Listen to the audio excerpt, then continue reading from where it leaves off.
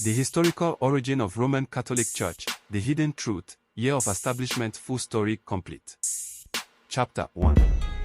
The Roman Catholic Church traces its historical origin to the earliest days of Christianity, and its development is deeply intertwined with the history of the Roman Empire, the spread of Christianity, and the broader history of Western civilization. The hidden truth idea often refers to theories suggesting alternative or controversial interpretations of its development, but the historical narrative is well documented. 1. Early Christianity and the role of Saint Peter. The Roman Catholic Church believes its foundation dates back to 33 AD, when Jesus Christ appointed the Apostle Peter as the leader of his disciples. This belief is based on Matthew 16 verse 18, where Jesus says, "You are Peter, and on this rock I will build my church." According to Catholic tradition, this marked the beginning of the papacy, with Peter seen as the first pope. Peter is believed to have traveled to Rome, where he established a Christian community and was later martyred during Emperor Nero's persecution around 64 AD. His role as the head of the Christian community in Rome would later become crucial for the Roman Church's claim to authority over all other Christian communities. 2. The Apostolic era and persecution. The early Christian Church in Rome, along with other communities, faced severe persecution under Roman authorities. Initially seen as a sect of Judaism, Christianity quickly became distinctive, and its refusal to worship Roman gods and emperors led to tensions. Christianity was often practiced in secret, especially during periods of intense persecution like those under Nero, Diocletian, and others. During this period, the church developed its structure and hierarchy, with bishops leading local congregations. The Bishop of Rome began to assume a position of special importance, given the centrality of Rome in the empire and the belief that Peter and Paul, two of the most prominent apostles, were martyred there. 3. Constantine and the Edict of Milan, 313 AD. One of the most significant events in church history was the conversion of Emperor Constantine the Great to Christianity. In 313 AD, Constantine issued the Edict of Milan, which granted religious tolerance throughout the Roman Empire and effectively ended the persecution of Christians.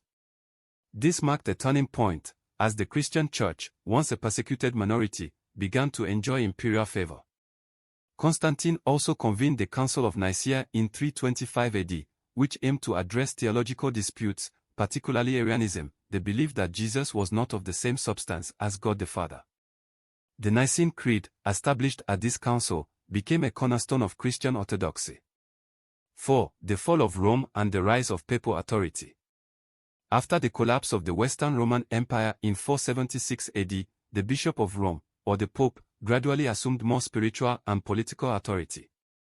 In a world where centralized Roman rule had disintegrated, the papacy became a stabilizing force in the West.